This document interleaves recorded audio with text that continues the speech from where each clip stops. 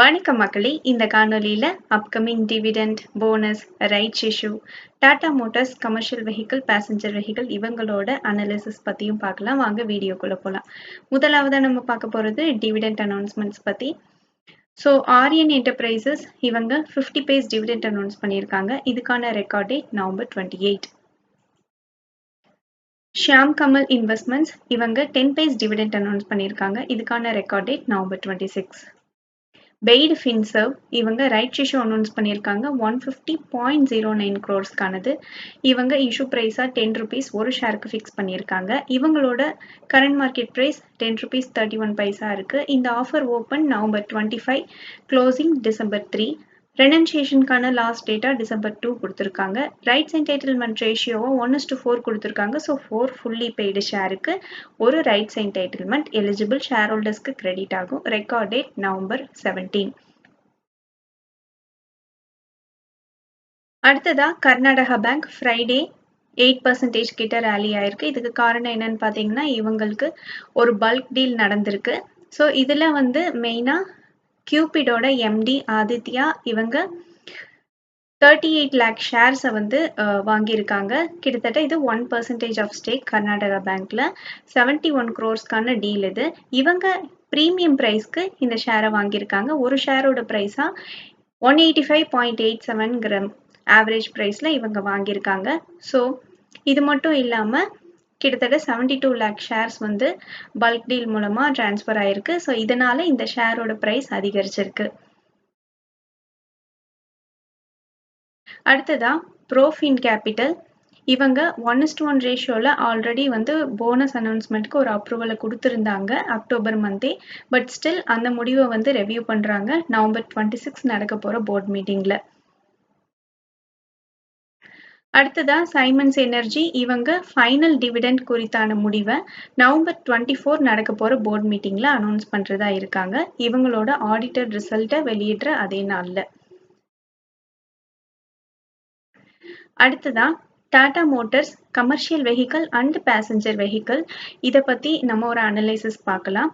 So Tata Motors commercial வெஹிக்கிளில் ட்ரக்ஸ்லேயே பார்த்தீங்கன்னா light, medium, heavy duty, tipper, trailer இதெல்லாம் வருது. பஸ்ஸஸில் இவி, டீசல், சிஎன்ஜி பஸ்ஸஸ் எல்லாம் வருது. வேன்ஸில் ஸ்கூல்ஸ், டூரிஸ்ட், ஆம்புலன்ஸ்னு சொல்லி இவங்க இத்தனை வெரைட்டிஸ் வச்சுருக்காங்க. ஸோ புதிதாக வேற இவங்க இவாகோ பவர் ட்ரெயின் பிஸ்னஸையும் வாங்குறாங்க 3.8 பில்லியன் யூரோஸ்க்கு. ஸோ இந்த டீல் கம்ப்ளீட்டாக ஃபர்ஸ்ட் ஆஃப் 2026 முடியும்னு சொல்லியிருக்காங்க. இவங்களுக்கு கண்டிஷனல் அப்ரூவலும் கிடைச்சிருக்கு. ஸோ இது காரணமாக இவங்க இந்த பவர் ட்ரெயின் பிஸ்னஸ் இதுலேயும் இவங்க கால் பதிக்கிறாங்க. இது மூலமாக வேர்ல்டு வைடாகவும் இவங்களோட பிஸ்னஸோட மார்க்கெட்டை அதிகரிக்கிறாங்க. ஸோ இப்போ இவங்களோட டீமர்ஜருக்கு அப்புறமா இவங்களோட ரிசல்ட் எப்படி இருக்குன்னு பார்த்துடலாம். ஸோ நெட் லாஸ்ன்னு சொல்லியிருக்காங்க 867 crores. ஆக்சுவலாக இவங்க ப்ராஃபிட் தான் மேக் பண்ணியிருக்காங்க. இது ஏன் லாஸ்ன்னு வருதுன்னு பார்த்தீங்கன்னா, ஸோ டீமர்ஜர் அப்போ டாடா கேபிட்டல்ஸ் இவங்களோட சேருது. அதனால டாடா கேபிட்டல்ஸில் இவங்க 4% ஆஃப் இன்வெஸ்ட்மெண்ட் போட்டிருக்காங்க, கிட்டத்தட்ட 2000 crores. ஸோ அந்த இன்வெஸ்ட்மெண்ட்டை அதர் இன்கம்லேருந்து இவங்க ரெடியூஸ் பண்ணுறாங்க. அதனால இவங்களோட ப்ராஃபிட் லாஸில் காமிச்சிருக்காங்க. ஸோ இது அக்கௌண்டிங் லாஸ். இது உண்மையிலேயே இவங்க லாஸ் மேக் பண்ணலை. இவங்களோட ரெவன்யூ பார்த்தீங்கன்னா 18,491 crores இருக்கு. இது இயர் ஆன் இயர் பேசிஸில் 6% இன்க்ரீஸ் ஆயிருக்கு. இவங்களோட ஆப்ரேட்டிங் ப்ராஃபிட்டும் இயர் ஆன் இயர் பேசிஸ்லையும் சரி, குவார்டர் ஆன் குவார்டர் பேசிஸ்லையும் சரி இன்க்ரீஸ் தான் இருக்கு. எபிட்டா 22 crores இருக்கு. ஸோ இவங்களோட domestic CV sales 9% year on year பேசிஸில் இன்க்ரீஸ் ஆயிருக்கு. ஹோல்சேல் பார்த்தீங்கன்னா 96,800 யூனிட்ஸ் இவங்க சேல் பண்ணியிருக்காங்க. இது 12% இயர் ஆன் இயர் பேசிஸில் இன்க்ரீஸ் ஆயிருக்கு. ஸோ டாடா மோட்டார்ஸ் கமர்ஷியல் வெஹிக்கிளை ஏன் ப்ரிஃபர் பண்ணுறாங்கன்னா, இது மோர் ஸ்டேபிளாக இருக்குது. ரெகுலேட்டரி இஷ்யூஸில் இவங்க அதிகமாக இவங்க வரதில்லை. ஸோ இது லெஸ் சைக்ளிக்கலாக இருக்குது. இப்போ நீங்கள் பேசஞ்சர் வெஹிக்கிள்ஸ் பார்த்தீங்கன்னா ஃபெஸ்டிவல் டைம்ஸ்லலாம் அதோட ஸோ புக்கிங்ஸ் அதிகமாக இருக்கும். பட் ஆனால் அதே கமர்ஷியல் வெஹிக்கிள்ஸில் அந்த ஒரு இஷ்யூஸ் இருக்காது. அடுத்ததான் 36% ஆஃப் டொமஸ்டிக் மார்க்கெட் ஷேரை வந்து இவங்க வச்சிருக்காங்க இந்த ஃபீல்டில் கமர்ஷியல் வெஹிக்கல்ஸில். அதே மாதிரி ஜிஎஸ்டியோட ரேட் கட்டும் வந்து இவங்களோட பிஸ்னஸ் க்ரோத்துக்கு வந்து ஃபேவரபிளாக இருக்குது. அது மட்டும் இல்லாமல் இன்ஃப்ராஸ்ட்ரக்சர், லாஜிஸ்டிக்ஸ், மைனிங்லலாம் வந்து இவங்களோட வெஹிக்கல்ஸோட தேவைகள் அதிகமாக இருக்குது. இந்த ஃபீல்டில் க்ரோத் இருக்க ஸோ இவங்களோட பிஸ்னஸும் வந்து பெரிதாக வளர்ந்துக்கிட்டே இருக்கும். கூடுதலா வந்து இவங்க இவாக்காவையும் வாங்கியிருக்காங்க. இதனால இன்டர்நேஷனல் லெவல்லையும் இவங்க பிசினஸ் அதிகரிக்கிறதுக்கான வாய்ப்பு இருக்கு.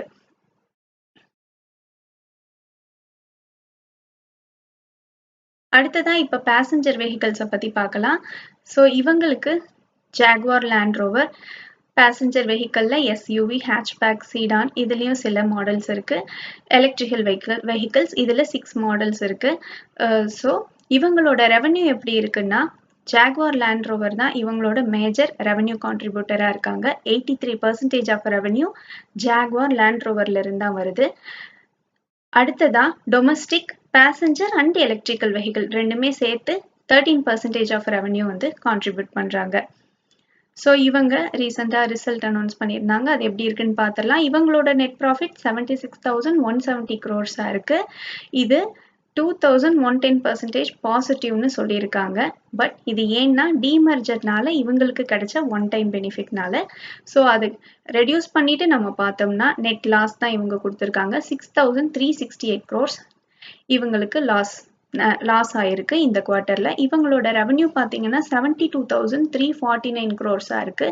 இது 13% இயர் ஆன் இயர் பேசிஸ்ல குறைஞ்சிருக்கு. இதுக்கு காரணம் எல்லாருக்குமே தெரிஞ்சதுதான். ஜாகுவார் லேண்ட் ரோவர் ப்ரொடக்ஷன்ல வந்து சைபர் அட்டாக் நடந்தது. அதனால 2 to 3 வீக்ஸ் கிட்ட வந்து ப்ரொடக்ஷன் நிறுத்தியிருந்தாங்க. ஸோ இவங்களோட ரெவன்யூவோட மேஜர் கான்ட்ரிபியூட்டர் ஜாகுவாரா இருக்கிறதுனால இவங்களோட நெட் ப்ராஃபிட் நல்லாவே அடிபட்டிருக்கு. எபிட்டாவும் பார்த்தீங்கன்னா 1,404 crores நெகட்டிவ்ல கொடுத்துருக்காங்க. இதே கடந்த ஆண்டு வந்து 9,914 crores பாசிட்டிவ்ல இருந்திருக்கு. ஜாகுவார் லேண்ட் ரோவர் பார்த்தீங்கன்னா ரெவன்யூ கைடன்ஸ்லையும் எபிட்டா மார்ஜினோட கைடன்ஸ்லையும் பார்த்தீங்கன்னா 2% வரைக்கும் தான் இருக்கலாம்னு சொல்லியிருக்காங்க. முன்னதா இவங்க 5 to 7% வந்து இவங்க கொடுத்துருந்தாங்க. வரக்கூடிய குவார்ட்டர்ஸ்லயும் நெகட்டிவ் கேஷ் ஃப்ளோ இருக்கிறதுக்கான வாய்ப்பு இருக்கிறதாவும் சொல்லியிருக்காங்க. ஸோ இதோட ரெக்கவரி எப்பத்துல இருந்து ஆரம்பிக்கலாம்னா இவங்க 4th குவார்ட்டர்ல இருந்து தான் வந்து லாஸ்ல இருந்து மீண்டு வர முடியுன்றதையும் இவங்க சொல்லியிருக்காங்க.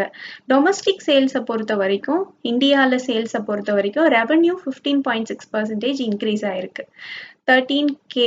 13,000 crores வந்து இவங்களுக்கு ரெவன்யூ வந்திருக்கு. எலக்ட்ரிக்கல் வெஹிக்கல் சேல்ஸ் வந்து 60% இயர் ஆன் இயர் பேசிஸ்ல இன்க்ரீஸ் ஆயிருக்கு. இது பாசிட்டிவா இருந்தாலுமே இவங்க ரெவன்யூவோட கான்ட்ரிபியூஷன்ல வந்து 13% தான் இருக்கிறதுனால ஜாகுவார் லேண்ட் ரோவரோட சேல்ஸ் அண்ட் இந்த சைபர் அட்டாக் மூலமா அவங்களுக்கு வந்த லாஸஸை எப்படி அவங்க ரெக்கவர் பண்றாங்களோ அதை பொறுத்து தான் பேசஞ்சர் வெஹிக்கல்ஸோட ஃபியூச்சர்ஸ் வந்து இருக்கும். அவங்களோட ப்ராஃபிட்டும் வந்து அதிகரிக்கும். ஸோ மேற்கொண்டு இவங்க இந்த பிஸ்னஸ்ல எப்படியெல்லாம் வந்து ப்ரொடக்ஷன் லாஸை ரெடியூஸ் பண்றாங்க, கூடுதலா வேற ஏதாவது அக்விசிஷன் பண்ணா பேசஞ்சர் வெஹிக்கல்ஸோட ரெவன்யூவும் அதிகரிக்கிறதுக்கு வாய்ப்பு இருக்கு. அடுத்ததா சென்செக்ஸ்ல சில சேஞ்சஸ் இருக்கு. இண்டெக்ஸஸ்ல BSE 100ல IDFC ஃபர்ஸ்ட் பேங்க் என்ட்ரி ஆகுறாங்க. அடுத்ததா BSE சென்செக்ஸ் 50ல மேக்ஸ் ஹெல்த் கேர் என்ட்ரி ஆகுறாங்க. இண்டஸ்இண்ட் பேங்க் எக்ஸிட் ஆகுறாங்க. சென்செக்ஸ் 30ல இன்டர் குளோப் ஏவியேஷன் என்ட்ரி ஆகுறாங்க. Tata Motors passenger vehicles exit ஆகுறாங்க. இது காரணம் என்ன, கமர்ஷியல் அண்ட் பேசஞ்சர் வெஹிக்கல்ஸை பிரிச்சதுனால. ஸோ பேசஞ்சர் வெஹிக்கலோட மார்க்கெட் கேப் குறைஞ்சிருச்சு. அதனால வந்து இதை வெளியேற்றிட்டு இன்டர் குளோப் ஏவியேஷனுக்கு என்ட்ரி கொடுத்துருக்காங்க. நன்றி மக்களே. இந்த காணொலி உங்களுக்கு பயனுள்ளதா அமைஞ்சிருந்தா இந்த சேனலுக்கு சப்ஸ்கிரைப் பண்ணுங்க. நான் ரெஜிஸ்டர்ட் அட்வைசர் இல்லை. உங்களுக்கு முதலீட்டுல சந்தேகங்கள் இருந்தால் ரெஜிஸ்டர்ட் அட்வைசரை காண்டாக்ட் பண்ணலாம். மீண்டும் ஒரு காணொலியில சந்திப்போம் மக்களே.